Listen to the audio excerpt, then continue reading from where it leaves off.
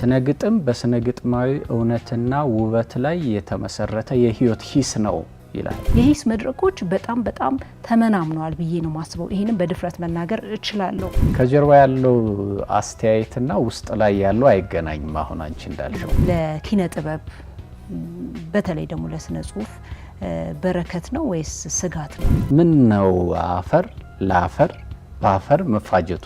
የምድር ባለቤት፣ የህይወቱ ባለቤት፣ የቋንቋው ባለቤት፣ የአተያዩ ባለቤት ራሱ እንጂ ከሌላ የማይመጣ መሆኑን የሚያሳይ ግጥም ነው። እጅግም መወደድ እጅግም መጠላት ሁለቱም ያስፈራል። የሰውን የማይነካ ጉዳዩ አይደለም ለሰው። እንዴት ናችሁ? ሂስ ኪነ ጥበብን ከማሳደግ አንጻር ትልቅ አስተዋጽኦ እንዳለው ሁላችንም የምንስማማበት ሀሳብ ነው። ታዲያ በከተማችን ብሎም በሀገራችን የሚደረጉ የሂስ መድረኮች ከጊዜ ወደ ጊዜ እየተመናመኑ መጥተዋል። ለምን? ሂስ ስለማያስፈልገን ነው ወይስ ሌላ ምክንያት ይኖር ይሆን? ይህንንና ተያያዥ ጥያቄዎችን እንዲመልስልን እዚህ ሀያሲ አንለይ ጥላሁንን የኤንቢሲ የቅዳሜ ከሰዓት ልዩ የመዝናኛ ዝግጅት እንግዳ አድርገናል። አብራችሁን ሆኑ። እንኳን ደህና መጣ አንለይ። እንኳን ደህና ቆየሽ እመቤት። አንለይ ጥላሁን እባላለሁ። ኪነ ጥበቡ አካባቢ ነው ያለሁት። ኦልሞስት እንግዲህ ያለፉት 15 ዓመታት የመጀመሪያ ዲግሪን ከተመረቅኩ በኋላ ከአክሱም ዩኒቨርሲቲ። በምንድን ነው የተመረከው? በስነ ጽሁፍ። በአማርኛ? አዎ፣ በአማርኛ ቋንቋና ስነ ጽሁፍ ነው የተመረቅኩት። የተለያዩ ጋዜጦች ላይ በአምደኝነትም በፍሪላንስም ስጽፍ ነበር። በተለይ አዲስ አድማስ ጋዜጣ ላይ ረዘም ያለ ጊዜ የኪነ ጥበብ አምድ እንዲሁም ሌሎች አምዶች ላይ አርቲክሎችን አወጣ ነበር። ከዛ ባለፈስ በትምህርትስ ወደ ማስተርስ አልሄድክም? ሄጃለሁ። ምን አጠና?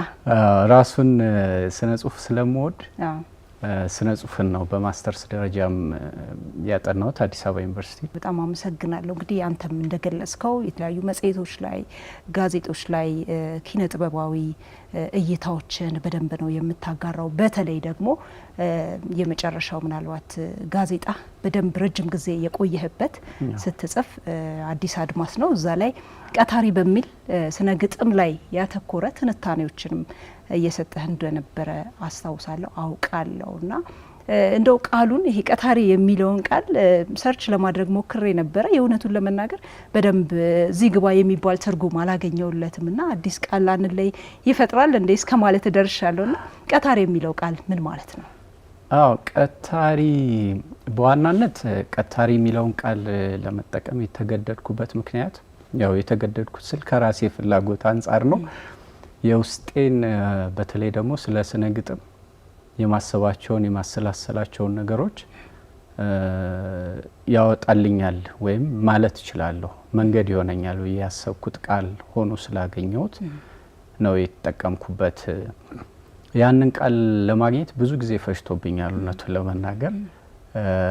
አንደኛው ያደረኩት ነገር ምንድነው? አዲስ አድማስ ጋዜጣ ከተመሰረተ ጊዜ ጀምሮ ከ1992 እኔ ቀታሪ የሚለውን ቃል ተጠቅሜ ጋዜጣ ላይ መጻፍ እዛው አዲስ አድማስ ነው ጽሁፉን የሚያወጣው። የመጀመሪያውን ከዲክሽነሪ ላይ ነው ያገኘዋት ይችን ትርጉምና ቀጥታ እሷን ነው የተጠቀምኳት። ለምሳሌ የወሰድኩት ከሳቴ ብርሃን ተሰማ ዲክሽነሪ ላይ ነው። የቃሉ ትርጉም እሳቸው እንዳስቀመጡት ወደ 10 የሚሆን ትርጉም አለው ቃሉ እዛ ላይ።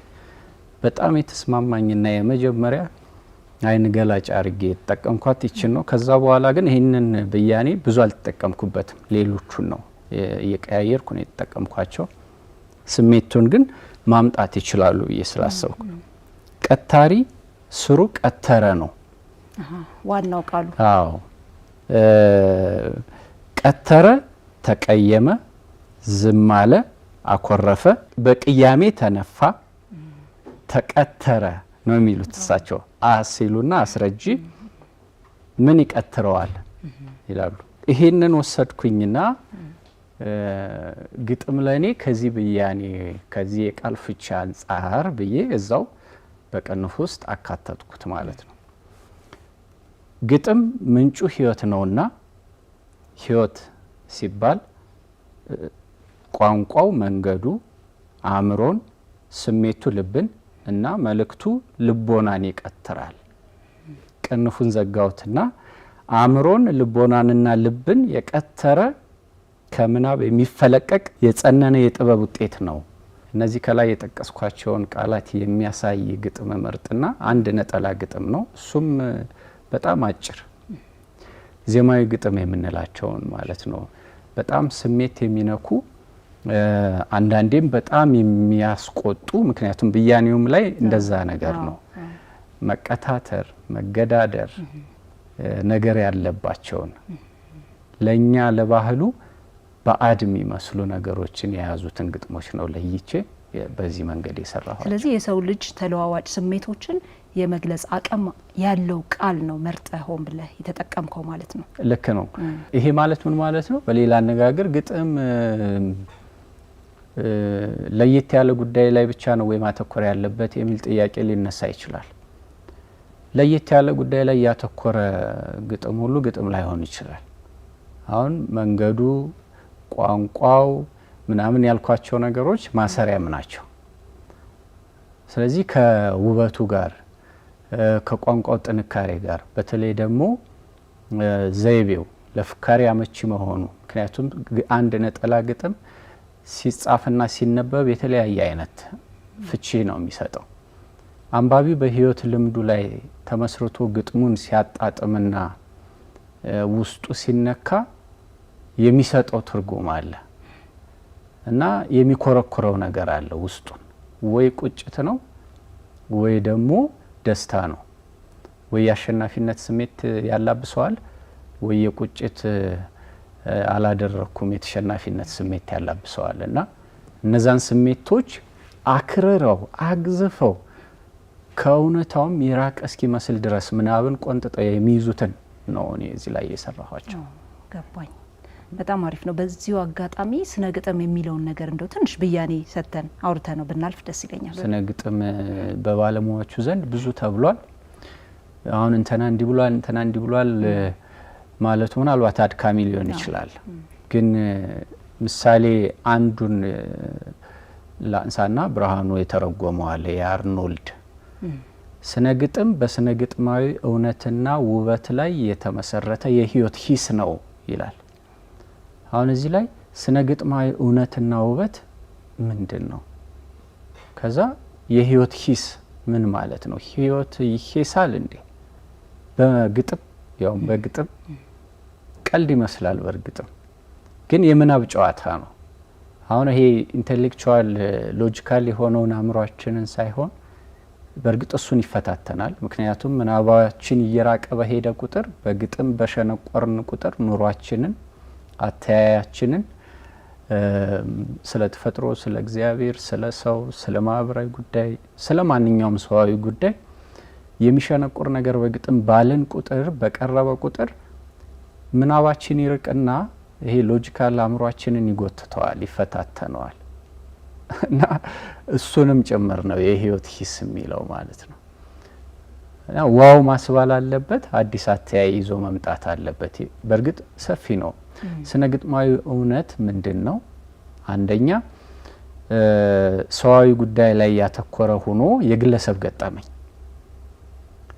ሆኖ ግለሰቡ ገጣሚው በህይወት የገጠመው ሀቅ ሆኖ እሱን ወደ እውነታ ማላቅ ነው። የሰው ልጆች ሁሉ ጉዳይ የማረግ ስራ ነው የሚሰራው ግጥም።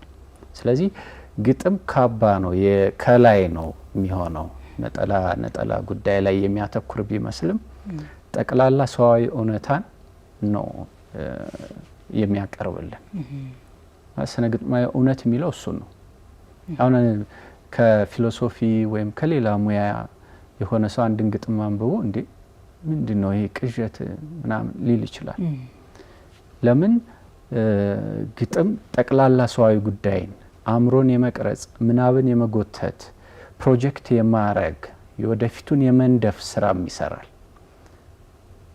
በዛ ስራ ውስጥ ግን ምን አይነት ሚና ይጫወታል? እንደ ፋይዳ ልንቆጥረው እንችላለን። ከእስረኝነት የማላቀቅ ሰውን እለት ከእለት ደጋግሞ ከሚረግጠው አደባባይ በሀሳብ በስሜት በልምምድ ውስጥ ከሱ አሻግሮ የመውሰድ እና እሱ ደግሞ ስሜትና አእምሮን ይፈትናል። ብዙ አይዋጥልንም፣ ይገዳደረናል። ለምሳሌ አይነኩ ጉዳዮች አሉ ስለ ፈጣሪ። አንዳንዱ ደግሞ ራስን መመልከት ላይ ራስ ጭካኔ፣ ራስን በጣም በጭካኔ የመጉዳት የመመልከት ምናምን ጽንፍ የረገጡ ሀሳቦች ማለት ነው። እንደዛ አይነቶቹን ነው የሚያቀርብ። እኔ ለምን መሰለ ይህንን ጥያቄ ያነሳውል፣ ግጥም ስነ ግጥም የሚለው ብዙ ብያኔዎች ተሰጥተውታል። አንድ ስታንዳርድ የሆነ ነገር ስለሌለ ነው ብያኔው ላይ ማለት ነው። ብዙ ጊዜ አከራካሪ ነው፣ ግን ሁሉንም ደግሞ የሚያስማማ አንድ ነገር ይኖራል ብዬ ስላሰብኩኝ ነው እዛ ኮንክሉዥን ላይ ከደረስክ ብዬ ነው ይሄን ነገር አሁን ሰዋዊ ሰው የሚሸት መሆን አለበት ብላል። ያው የተመረጡ ቃላቶችን መጠቀም አለበት፣ ሌሎችም አሉና ያው አይነቶች አሉ፣ የግጥም አይነቶች። ዞሮ ዞሮ በቂ ምላሽ ነው የሰጠኸኝ። ቀደም ሲል መግቢያ ላይ እንደተናገርኩት ስለ ሂስ፣ አንተም ያው ስራ በአብዛኛው ሂስ ላይ ወይም ትችት ላይ ያተኮረ ስለሆነ ሙያዊ ትችት እየሰጠህ ነው ያለው በተለይ በስነ ግጥም ላይ። አሁን ግን ስጋቴ ምንድነው የምርኛም ኦብዘርቭ ያደረግነው አንተም የታዘብከው ነው ብዬ ነው የማስበው። የሂስ መድረኮች በጣም ተመናምነዋል ብዬ ነው ማስበው። ይሄንን በድፍረት መናገር እችላለሁ። ቀደም ሲል ነፍሱን ይማረውና አብደላ አዝራ ስነ ጽሁፉን እጅግ በጣም ለማሳደግ በደንብ ፕሮፌሽናል በሆነ መንገድ ይተች ነበረ። እና አስፋው ዳምጤም ከዛ በፊትም እንደዚህ እነ ሰለሞን ደሬሳም በደንብ ጽሁፉን ለማሳደግ የራሳቸውን አስተዋጽኦ ያደርጉ ነበረ። አሁን ግን ያ ኦልሞስት የለም እና ምንድነው የተፈጠረው የሚለውን ነገር ብትመልስልኝ ደስ ይለኛል። አንደኛው የሚመስለኝ የግለሰቦች ቀናይ የሆነ ለሙያው ለመክፈል ቁርጠኝነት ማነስ ሊሆን ይችላል። ሁለተኛ የኑሮ ውጣውረዱ አሁን ያለው ምናልባት እሱ ውጦን ሊሆን ይችላል። ተጨማሪ ነጥብ ደግሞ የሂሱ መድረክ በጣም መቀዝቀዝ። አሁን ቡድን አለ። አሁን በእኛ ስነ ጽሁፍ በተለይ በአማርኛ ስነ ጽሁፍ ቡድን አለ እና በቡድን ውስጥ የመሞጋገስ የሆነን ስራ አግዝፎ የማየት ሂስ ቦታ እንዳያገኝ እንቅፋት ይሆን ይመስለኛል። እንደገናም ደግሞ ሀያሲ ጠንከር ያለ ሀሳብ ይዞ ሲመጣ፣ በነገራችን ላይ ሀያሲ ሀሳብ የሚሰጠው የራሱን ምልከታ እንደሆነ ሊታወቅ ይገባል። አንድ ገጣሚ ወይም አንድ ደራሲ ያንን ሀያሱ ያለውን ሀሳብ አስቦ ላይሆን ይችላል የጻፈው። ነገር ግን ህይወት የሚዘራበትና ስራውን የሚተክለው የሚያሻግረው ሀያሲ ነው። ለምን? ሂስ ጥበብ ነው። ጥበብ ደግሞ ያ የሂስ ጥበብ ደግሞ ሳይንሱ ምን ይፈልጋል? ምክንያታዊ ትንታኔ፣ አስረጂ ይፈልጋል።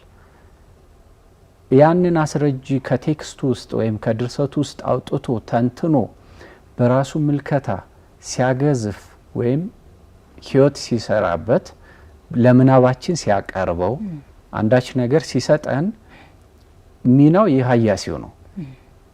ነገር ግን ሀያሲው ምንም የሚሰማው ምንም ሀሳብ በሚያቀርብበት ጊዜ ብዙ ጊዜ እንደምናየው ትችት አለ፣ ማጣጣል አለ እና መድረክም የመንፈግ ነገር አለ። በነገራችን ላይ በፊት አዲስ አድማስ ጋዜጣ ብዙ ሰው ይጽፍ ነበር፣ አደባባይ ላይ ማለት ነው። እኔ ብዙ ጊዜ አዲስ አድማስ ብል ስለምወደውም ለኪነ ጥበብም ጥሩ ነገር ሰርተዋል ብዬ ስለማስብ እዛ ላይ አልፎ አልፎም ቢሆን እናያለን።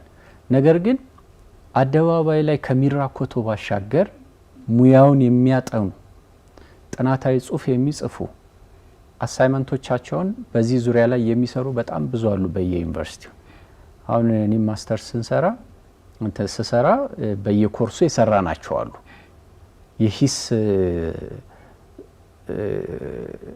የሂስ መልክ ያላቸው ማለት ነው። ስለዚህ የስነ ጽሁፍ ጥናቶች፣ የመመረቂያ ጥናቶች፣ የኮርስ ማሞያ አሳይመንቶች እነዚህ ሁሉ አበርክቶ ናቸው ለዚህ ለሂሱ መዳበር። ግን እነሱ እዛው ላይብራሪ ውስጥ ወይም የሆነ ስቶር ውስጥ ስላሉና ወደ አደባባይ ስላልመጡ ነገሩ በጣም የተቀዛቀዘ ይመስላል። አደባባዩ ላይ ግን እንዳልሽው መስራት ይፈልጋል። አሁን እንደ በፊቱ አይደለም ምል አሁን የመጽሐፍ ምረቃ ላይ ታዝበሃል ብዬ አስባለሁ። እኔም የተመለከትኩት ነገር አለ። ብዙ ጊዜ የወዳጅነት መሞጋገስ፣ መንቆለጳጳስ ነው በብዛት የሚታየው እንጂ መጽሐፉን በደንብ በጥልቀት አንብቦ ሙያዊ የሆነ ትችት ይሄ ይጎለዋል፣ በዚህ መልኩ ጥሩ አይደለም፣ በዚህ መልኩ ደግሞ አሪፍ ነው፣ የጥበብ ኤሌመንት የለውም፣ በዚህ አለ አይደለ፣ እንደዚህ አይነት ነገሮች ብዙ ጊዜ ስለሌለ ምልህ ከባድ ነው። እንደውም ከዚህ ጋር በተያያዘ አንድ አሁን ስሙን መጥቀስ አልፈልግም፣ አንድ ጸሐፊ ነው እና መጽሐፍ ጽፎ አንድ ወዳጁ እሱም ያው ታዋቂ ነው ንግግር እንዲያደርግ ያደርገዋል ማለት ነው። እና አላነበበው ሰውየው በጣም የሚታወቅ ሰው ነው። ሳያነበው ስለ ርዕሱ ብቻ ተናግሮ ወረደ። ከዛ በኋላ ይሄ ደራሲ እጅግ በጣም ነው የተበሳጨው። ምክንያቱም ርዕሱ እሱ የተረጎመበት መንገድና መጽሐፉ ላይ ውስጥ ያለው ጭብጥ እጅግ በጣም የተራራቀ ነው። መጽሐፉን ሳያነበው እንዴት እንደዚህ ያደርገኛል ብሎ ሲበሳጭ አስተውያለሁ።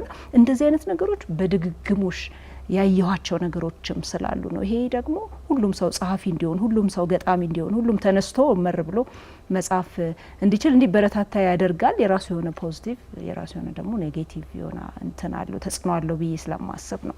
ልክ ነው።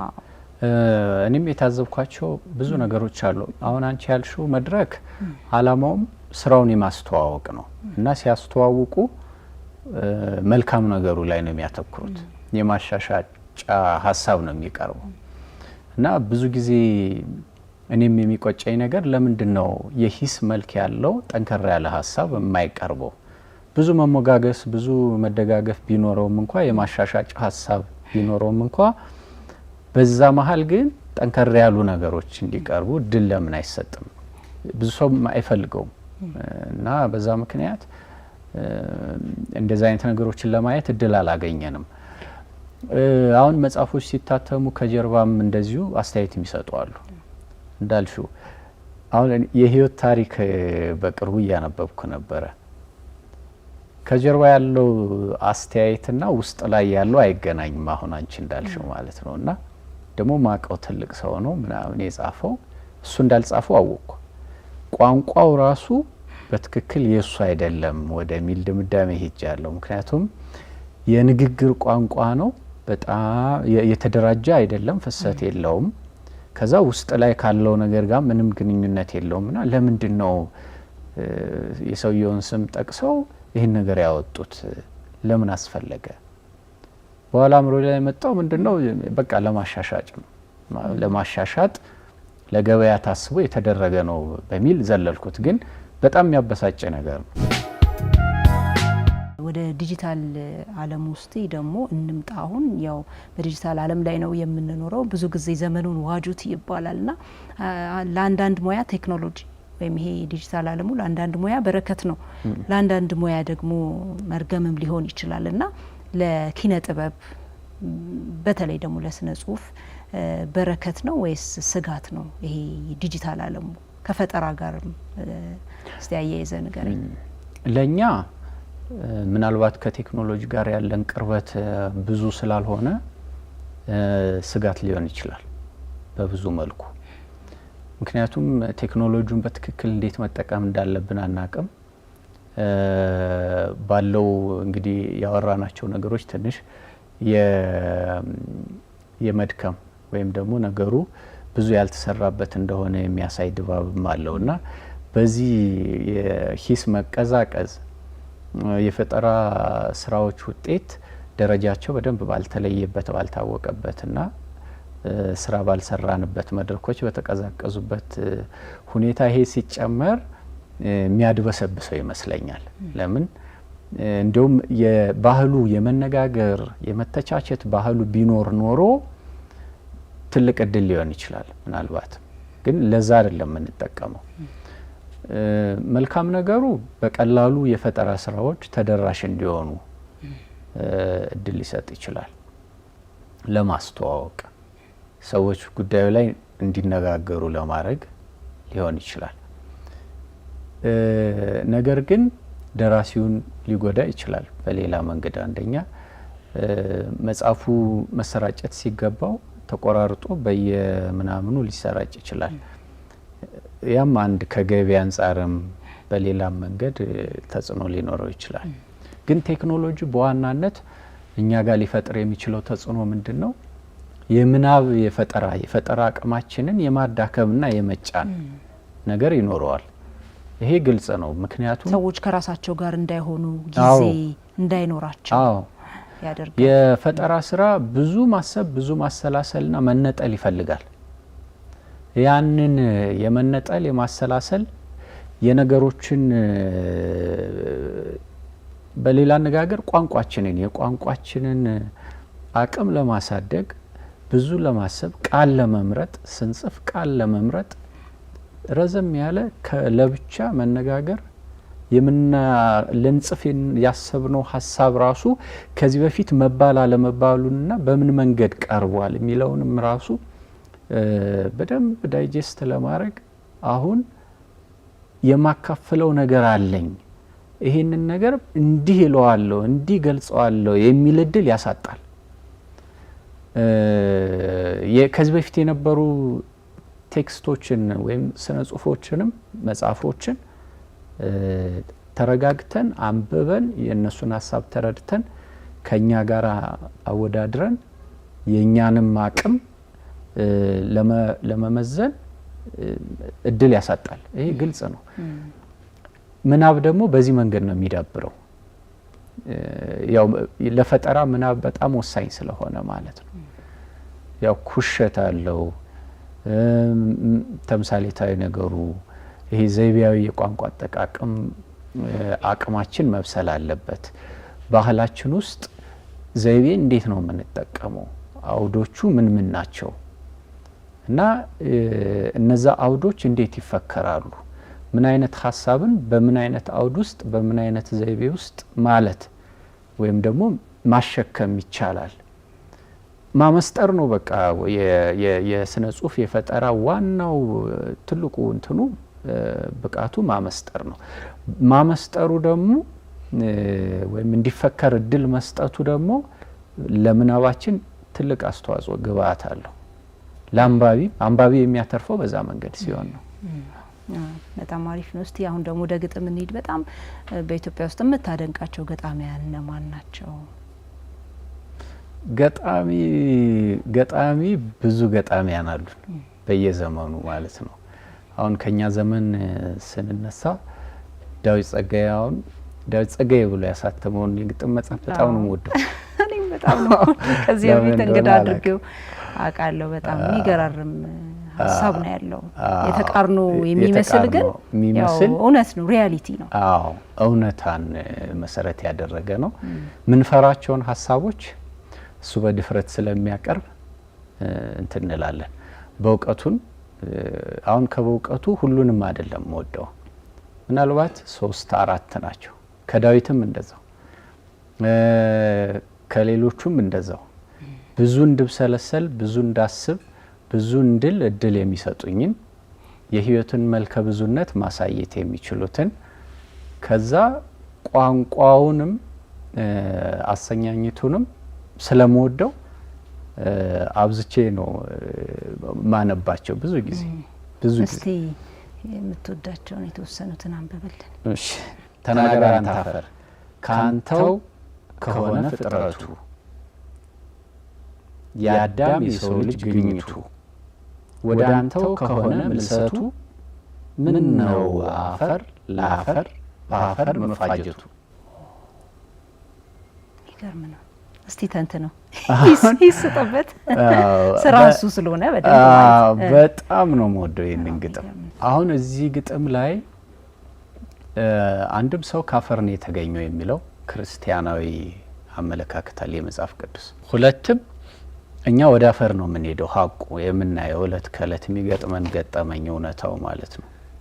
ያው ነገ አፈር ነኝ ምናምን የምንለው ነገር አለ። ትውፊቱም ናሬሽኑም አለ። የእለት ከእለት ሀቃችን አለ የማንክደው ነገ የኛ የራሳችን እጣ ፈንታ የሆነው። ይሄንን አንደኛ ሰው አፈር ከሆነ አፈርነት ካለን አፈር ሆነን እየተጓዝን ከሆነ ምን ነው ይሄ በምንረግጠው ነገር የምንራኮተው? አንድ ፖለቲካ ይዘት አለው አንደኛው። ሁለተኛ ምን ነው ይሄኛውን አፈርና የቆመውን አፈር ለምን እናወዳድራለን? ምን ነው በዚህና በዚህ መካከል ያለው ልዩነት እኮ አልታየኝ አለ። ምን አራኮተህ? ይሄም እኔም እኮ የቆምኩት የኛውም አንድ ነን። ሁለት ወደ ክርስቲያናዊ ደግሞ ስንወስደው ኢየሱስ ክርስቶስ አፈር ቀምሷል። ስለዚህ ኢየሱስ ራሱ ባለቤቱ አፈር ቀምሶ ከተነሳ ፈራጁ አራግ ፈጣሪ እሱ እያለ እኛ ለምን እንራኩታ? እስኪ ለሱን ተው የሚል ምን ነው አዳም አንተ ከጎንህ ከወጣች ሔዋን ይሄ በሴት በምን ለሴት ወንድ ልጅ ለሴት ተገዥ ሆኖ የሚኖርበትን ሁኔታም የመጥቀስ እንዲህ ነገር አለው እና በዚህ ምክንያት በጣም ነው የምወደው ይሄንን ግጥም።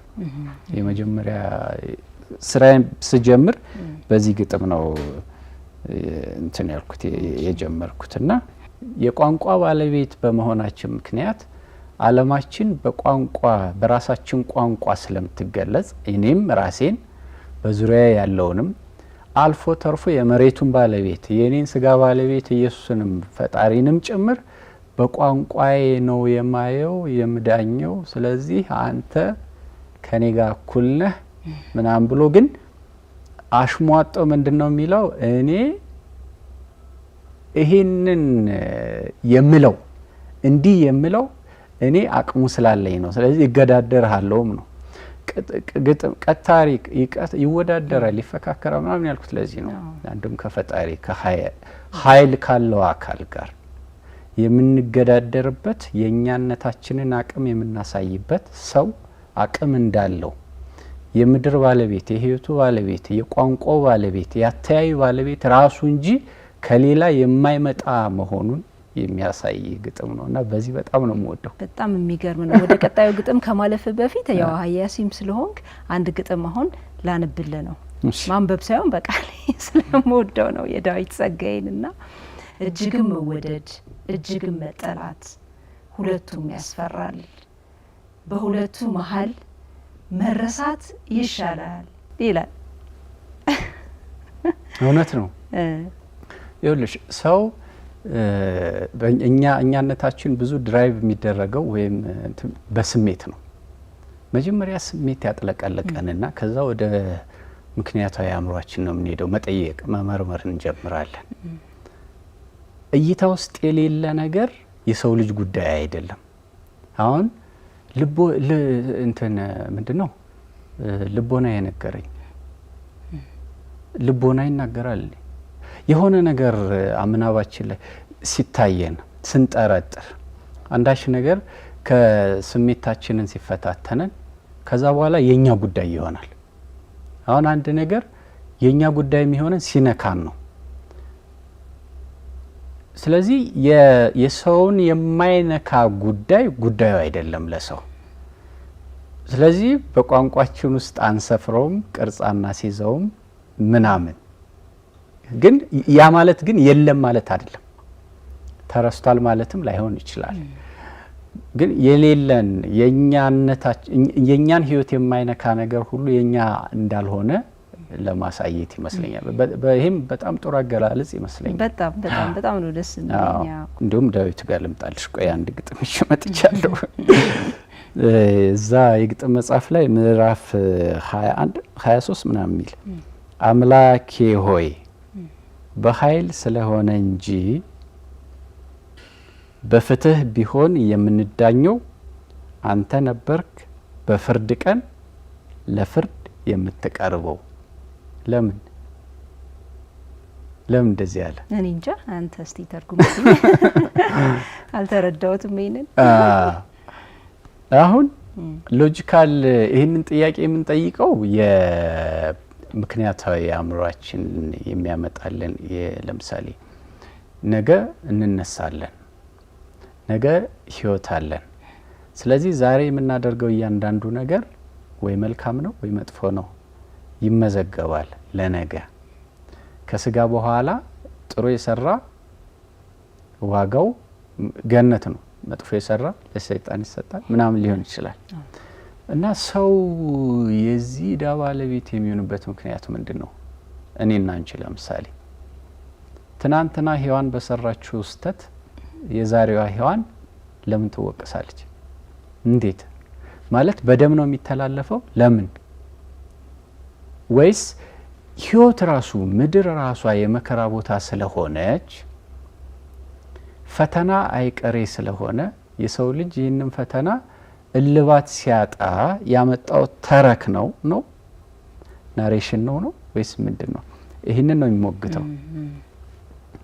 ከዛ እዛው ደግሞ ነቢይ መኮንን ምን ይላል መሰለሽ? እዛው ተመሳሳይ ነገር ነው። ኦ አምላክ ይቅር በል ነው የሚለው ራሱ። በጣም ነው ሞደ። ይሄን ነው ባንተ ለቀለድኩት ትናንሽ ቀልድ ሁሉ ማጠንሃለሁ። አምላክ ይቅር በለኝ ይቅርታን እሻለሁ። ያኔ አንተም በእኔ ላይ የቀለድክብኝን አሳር የሚያክል ቀልድ ይቅር እልሃለሁ። አሁን ምናልባት አምላክ እዚህ ላይ ፈጣሪ ብቻ ላይሆን ይችላል። ነገስታት በሰው ልጆች ላይ የፈጠሩት ተጽዕኖ ኃይል ያለው ሁሉ በግለሰቦችም በቡድንም ላይ የሚፈጥረውን ተጽዕኖ ያሳየበት ግጥም ነው እና ይህንን በጣም ነው የምወደው። ግን ደግሞ ይህንን ሁሉ የመጨረሻው ሊሆን ይችላል። ይህንን ሁሉ ደግሞ እንድንል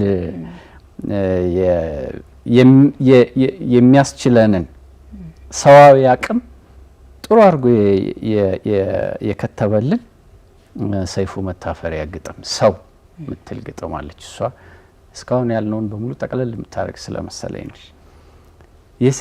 ሴሎች ክምችት፣ የቃላት ርችት፣ ጭንቅላታም በባሰ ይባስ አይነቱ ነገር ያዥ፣ ፍጥረትን ገዢ ሳያሰልስ እሱ አንጋሽ እሱ ንጉስ ነው የሚለው ግጥሙ። ስለዚህ እያንዳንዱ የምናንሸራሽረው ሀሳብ በፈጠራም በምንም የኛ ውጤት የራሳችን ውሳኔ ያለበት በቋንቋ አማካኝነት ሞሽረን የምናቀርበው የራሳችን እይታ ነው የሚል ነው። ምክንያቱም ሰው በየጊዜው ያድጋል በአእምሮ። ትናንት የነበረ ቴክኖሎጂ ትናንት አልነበረም፣ ዛሬ ነው ያለው። የሰው ልጅ ልዕልና አሁን ያለው ማንነቱ ትናንት አልነበረም። ስለዚህ ሰው የራሱ ባለቤት ነው የሚለውና ሰውን የማጀገን ስራ ነው የሚሰራው ስነ ጽሁፍ። ለዛ ማሳያ ናቸው እነዚህ የሂስ መድረኮች ከመቀዝቀዛቸው አንጻር ምናልባት ልትናገረው የምትፈልገው አካል ካለ መልእክት ካለ እድሉን ልስጥህና ያው እናጠቃል ማለት ነው። ስነ ጽሁፍ በግለሰቦች ቀናይ አስተዋጽኦ መስዋዕትነት፣ እውነቱን ለመናገር ስነ ጽሁፋችን ቁሞ የሄደው ግለሰቦች ራሳቸውን መስዋዕት አድርገው ነው። ወደ ኋላ ብንመለስ ይፍታሔ ንጉሴ፣ በጣም ብዙ ገናና ሰዎች፣ በዓሉ ግርማ፣ ሌሎቹም ራሳቸውን መስዋዕት አድርገው ራሳቸውን አቀልጠው ሌላው ሰው የሚፈልገውን አይነት ህይወት፣ እነሱም ሰው ናቸውና ይፈልጋሉ። በእርግጥ ስነ ጽሁፍ የህሊና የበላይነት፣ የሀሳብ የበላይነት፣ የአእምሮ ነጻነት ስለሚሰጥ እሱ ከምንም በላይ ነው። በምንም አይተካም። ያ የሚሰጠውን ደስታ፣ ያ ፍቅር ተብትቦ ይዟቸው ለሙያው የራሳቸውን የሆነ አስተዋጽኦ አበርክተው ሄደው ዛሬኛ ያ ኮሌክሽን አለንና እናጣጥማለን። እንደዚህ አይነት ይህንን ዋጋ የመክፈል ፍላጎቱና ቁርጠኝነቱ ያላቸው ግለሰቦች በየዘመኑ እስካሉ ድረስ ነገርየው ይቀጥላል።